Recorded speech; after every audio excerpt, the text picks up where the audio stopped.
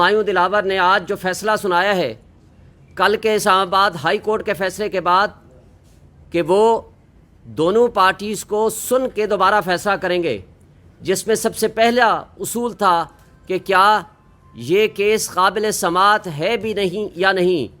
لیکن سب سے پہلا سوال تو یہ ہے کہ اسلام آباد ہائی کورٹ کے چیف جسٹس صاحب نے جو فیصلہ دیا وہ کیا آئین اور قانون کے مطابق تھا؟ وہ بھی غلط تھا، جس کو ہم نے آج چیلنج کر دیا ہے۔ جو شخص پہلے ہی اپنا مائنڈ ڈسکلوز کر چکا ہو اور 2 دفعہ فیصلہ کر چکا ہو، اور اس نے آج بھی اپنے فیصلے میں کہا ہے کہ 2 دفعہ جو میں قابل سماعت ہونے پہ فیصلہ دے چکا ہوں میں اسی پر رائے کرتا ہوں، یعنی ایک لائن کے اندر اس کے اوپر فیصلہ سنا دیا، تو کیا جسٹس عامر فاروق صاحب کو یہ کیس واپس ہمایوں دلاور کے پاس بھیجنا چاہیے تھا؟ بالکل نہیں۔ دوسری بات، انہوں نے آج جو فیصلہ سنایا ہے اس کے اندر ہمارا موقف سنے بغیر one sided and ex parte decision دے دیا۔ پھر اس ایکس پارٹی ڈیسیژن کے اندر جو کہ وہ پابند تھا کہ کورٹ ٹائمنگز کے اندر ہماری بحث سنتا اور بحث سننے کے بعد جو وہ فیصلہ کرتا، لیکن ہم نے آج اس کے خلاف ٹرانسفر اپلیکیشن بھی جمع کرا دی اور عامر فاروق صاحب کی ججمنٹ کے خلاف بھی سپریم کورٹ میں فائل جمع کرا دی۔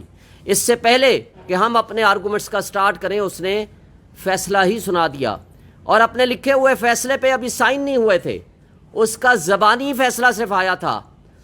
تو ہمیں یہ بتائیں کہ یہ برقرفتاری کیسے ہو گئی کہ اسلام آباد پولیس لاہور بھی پہنچ گئی؟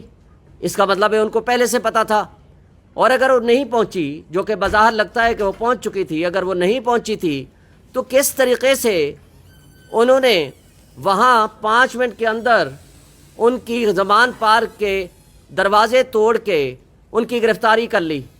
اور یہ گرفتاری 5 منٹ کے اندر ثابت اور ظاہر کرتی ہے کہ اس کا مطلب میچ فکس تھا اور مینیج تھا، اس لیے کہ زبانی حکم پہ کبھی بھی کسی کی گرفتاری نہیں ہوا کرتی۔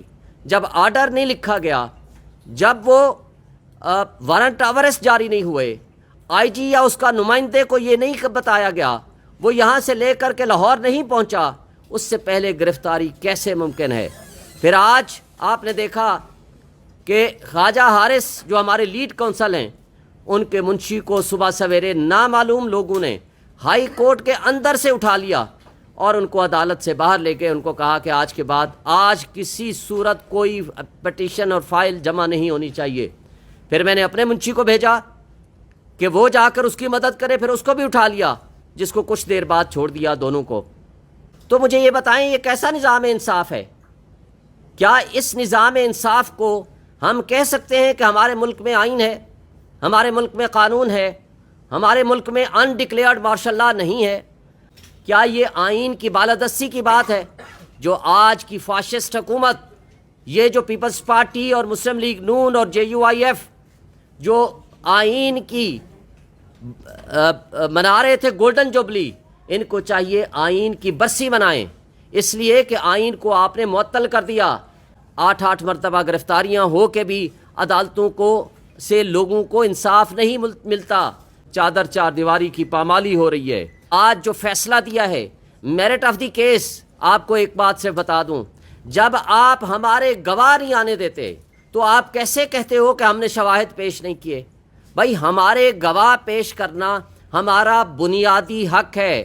فیئر ٹرائل کا قانون، آئین آرٹیکل 10A ہمیں موقع دیتا ہے کہ ہم اپنے مقدمے کو انصاف کی بنیاد پر اور فیئر ٹرائل کی بنیاد پر فیئر چانس آف ڈیفنس ہمیں ملنا چاہیے۔ تو کیا وہ ہمیں ملا؟ نہیں ملا۔ جب آپ ہمارے گواہان کا فیصلہ آپ نے کرنا ہے کہ آپ کے گواہوں کو میں نے نہیں آنے دینا، پھر متعصب جج ہمایوں دلاور کی مس کنڈکٹ آپ دیکھیں اور ان کی بدنیتی دیکھیں۔ 12 بجے 12:30 بجے وہ ہمارے گور صاحب کو کہتے ہیں کہ آپ اپنے گواہان کو 1:30 بجے لے آئیے۔ جب یہ ان کو کہتے ہیں جا کر کے 1:30 بجے کہ ہمارے گواہ کراچی میں ہیں، ہمیں 2 دن یا 1 دن کا وقت دے دیجئے، تو وہ کہتے ہیں کہ نہیں، یہ ریلیونٹ ہی نہیں ہے، آپ کا کیس خارج کیا جاتا ہے۔ کیا ہم قانون اور آئین کی پاسداری چاہتے ہیں؟ کیا ہم قانون کے مطابق کسی ملزم کو انصاف دلانے کے لیے اپنی پروفیشنل ڈیوٹی انجام نہ دیں؟ تو کیا ہم اس طرز عمل کو کیا کہیں گے؟ یہ انصاف کو بلڈوز کیا جا رہا ہے۔ انصاف کو دفن کیا جا رہا ہے، اس لیے کہ ہم یہ سمجھتے ہیں کہ ایسے جج کو منصف کی کرسی پہ بھی نہیں ہونا چاہیے۔ پھر جسٹس عطا من اللہ جب چیف جسٹس تھے تو انہوں نے ڈائریکشنز جاری کی تھیں، یہ کہا تھا کہ کوئی جج نہ سوشل میڈیا استعمال کرے، نہ فیس بک، نہ انسٹاگرام، لیکن آج 2023 تک وہ فیس بک استعمال کر رہے تھے اور ایڈمیٹڈلی اپنے فیس بک اکاؤنٹ سے عمران خان کے خلاف پوسٹیں لگائی ہوئی تھیں، نازیبہ تصاویر لگائی ہوئی تھیں، اور جب ایف آئی اے کو بھیج دیا گیا تو ایف آئی اے نے صرف اتنا کہا کہ آج وہ پوسٹ اویلیبل نہیں ہیں۔ تو کیا ایف آئی اے کے پاس کوئی میکنزم نہیں ہے کہ ان پوسٹ کو ٹریس کر سکے یا ان کو آرکائیو سے حاصل کر سکے؟ اس کے لیے 30 ڈیز اور 90 ڈیز کا پیریڈ ہے، فیس بک مینجمنٹ سے رابطہ کر سکتے ہیں۔ اور جسٹس عامر فاروق صاحب نے کل کے اپنے فیصلے میں یہ لکھا کہ جناب اس میں ایف آئی اے انکوائری کرے۔ اگر ایف آئی اے نے کل انکوائری کر کے یہ ثابت کر دیا کہ یہ پوسٹیں اسی کی ہیں تو مجھے بتائیں کہ پھر یہ فیصلہ کدھر جائے گا؟ پھر کل کے فیصلے میں عامر فاروق صاحب نے یہ بھی فیصلہ کر دیا کہ آپ کا حق بنتا ہے اپنے حق میں گواہ پیش کریں، حق کے دفاع کسی کا ختم نہیں ہو سکتا۔ اس مقصد کے لیے انہوں نے نوٹس کر دیے جو کہ اگلے ہفتے لگے ہوئے ہیں۔